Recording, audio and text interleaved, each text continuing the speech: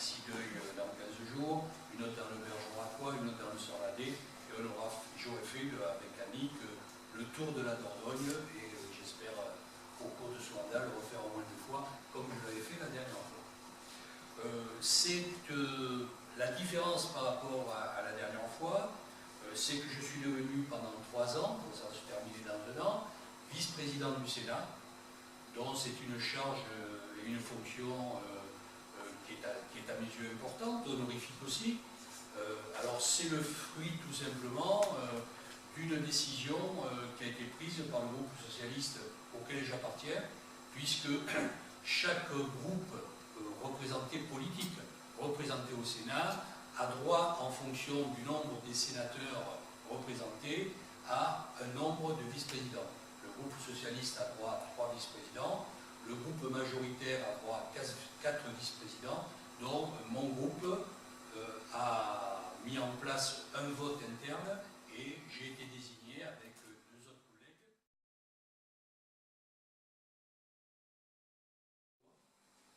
sur la fusion des communes nouvelles.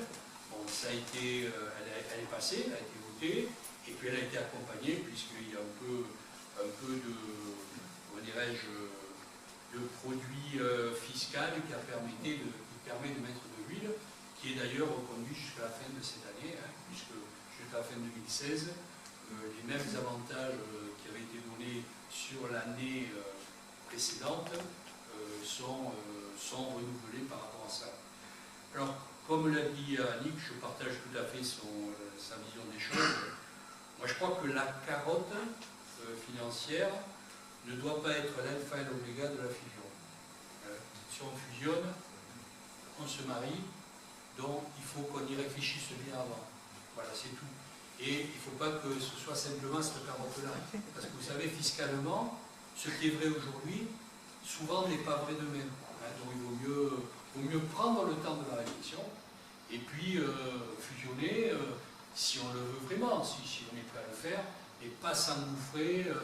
Voilà, alors, bon, voilà, à partir de là. Et deuxième suggestion, conseil, c'est peut-être un peu fort de ma part, mais suggestion très forte, il faut que ça se fasse après une consultation des habitants. On ne peut pas, après avoir été élu maire d'une commune, il y a 2 ans, leur dire de même ma commune n'existe plus, sans les concerter et sans leur donner la parole, parce que ça peut être un peu embêtant.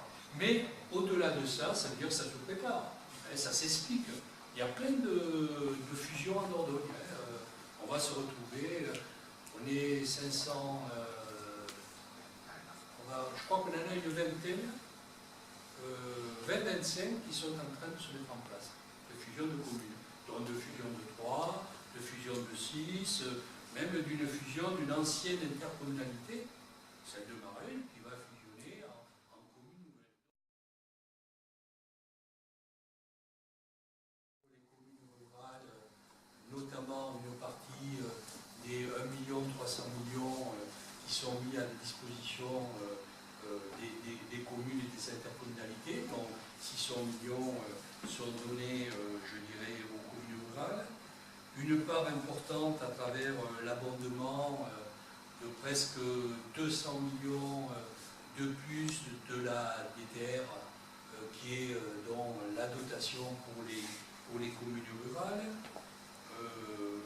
1,5 milliard de plus de la Caisse des dépôts pour la transition énergétique, la mise en place de fonds pour les bourgs-centres, et puis le dernier dispositif qui me semble important pour faire le pendant des contrats de ville, des contrats ruraux.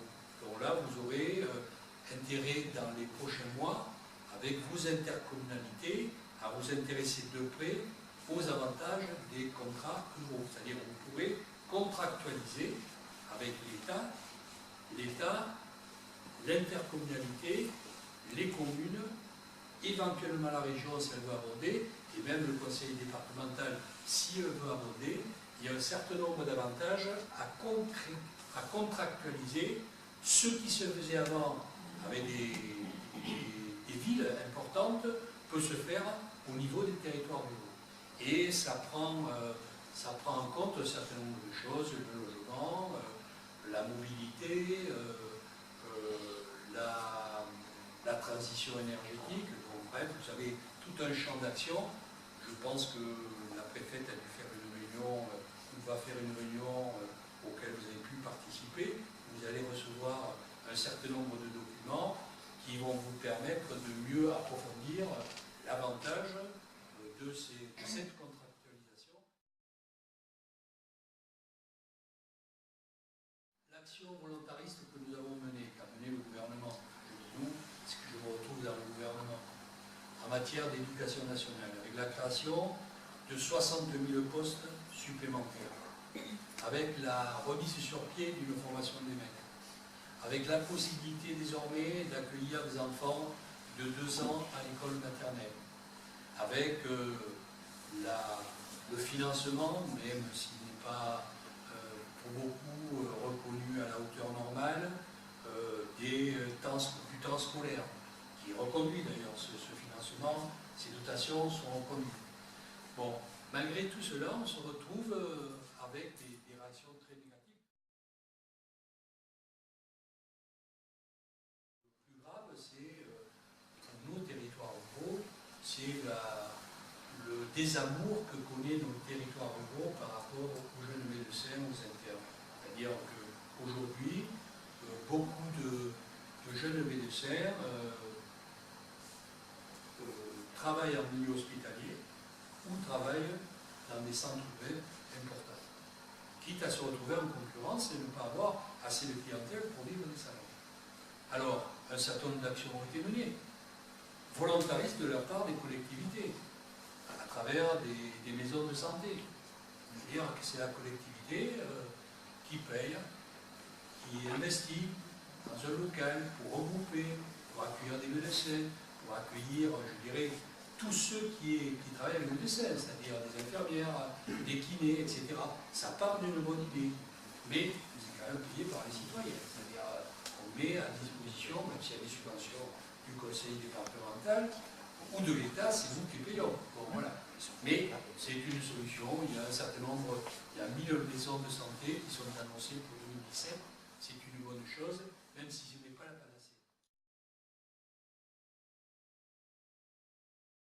S'installeraient en milieu rural avec une complémentarité de revenus qui peut être donnée. C'est des contrats pour inciter les internes à venir s'installer en milieu rural avec un certain nombre de garanties, ils resteraient pendant un certain nombre d'années en milieu rural. Et là, il y a une bourse qui est versée, importante, mensuelle, qui leur permet de s'engager à venir en milieu rural. Voilà. Mais ce qui est vrai pour le milieu rural est vrai aussi pour le milieu urbain défavorisé. On se retrouve aujourd'hui avec des pans entiers de notre agriculture, surtout en Dordogne, qui sont confrontés à un certain nombre de situations compliquées. Alors, la première crise, et on est passé au travers en Dordogne, ça a été la crise du porc, qui a été décelée surtout en Dordogne, en Bretagne, avec un prix du kilo qui était en dessous de 40 centimes le kilo. Bon, ça a fait beaucoup de bruit. Aujourd'hui, le prix est presque à 80 centimes, 90 centimes, dont au prix d'ailleurs de certains efforts qui ont été faits par les producteurs eux-mêmes. Et là, je dirais, c'est le cas que l'on peut retrouver avec le lait, surproduction de viande de porc, en essayant d'être compétitif par rapport à des productions européennes ou internationales, et on ne pouvait pas l'être. Le porc danois, le porc allemand, ils sont moins chers que le nôtre. Donc on se retrouve à vouloir faire de la quantité au détriment de la qualité. Le jour où on n'aurait plus de combattre le gros gibier qui fait des dégâts dans le maïs, que ce soit des sangliers, que ce soit des chevreuils, que ce soit des cerfs, que ce soit même des blaireaux, etc., etc. Donc je défends, et je défends aussi les traditions de chasse qui ne sont pas, comme on veut le faire croire, perpétuées par des gens qui boivent, qui tirent n'importe où, etc. etc. Bon, voilà. Donc il y a une vision un peu terrible des chasseurs, et nous les avons défendus. Je suis donc vice-président de chasse, avec le président et un collègue qui appartient au groupe Les Républicains. Et dans la loi sur la biodiversité, on a fait en sorte que les chasseurs ou les associations de chasseurs ou les fédérations de chasseurs, et notamment la Fédération nationale avec les organismes qu'ils ont mis en place, puissent être entendus et puissent être pris en compte comme, je dirais, des partenaires à part entière du maintien de la biodiversité. On entend souvent par les chasseurs, ou même pour les pêcheurs, qui vont à l'encontre de la biodiversité. C'est faux. Il y en a qui peuvent sourire, mais je pourrais le démontrer point par point. Et on a eu quelques débats très importants au Sénat où on voulait tout interdire, y compris d'interdire de tuer des blaireaux, alors que les blaireaux, ce sont eux qui nous portent la tuberculose bovine, et il y a une prolifération très forte, notamment en Dordogne. Entre parenthèses, on a des cas en Dordogne. Alors, ce qui est curieux, c'est que le blaireau, il est intelligent. Il s'arrête à la limite de la Corrèze, il s'arrête à la limite de la Haute-Vienne, il s'arrête à la limite de la Charente, et de l'autre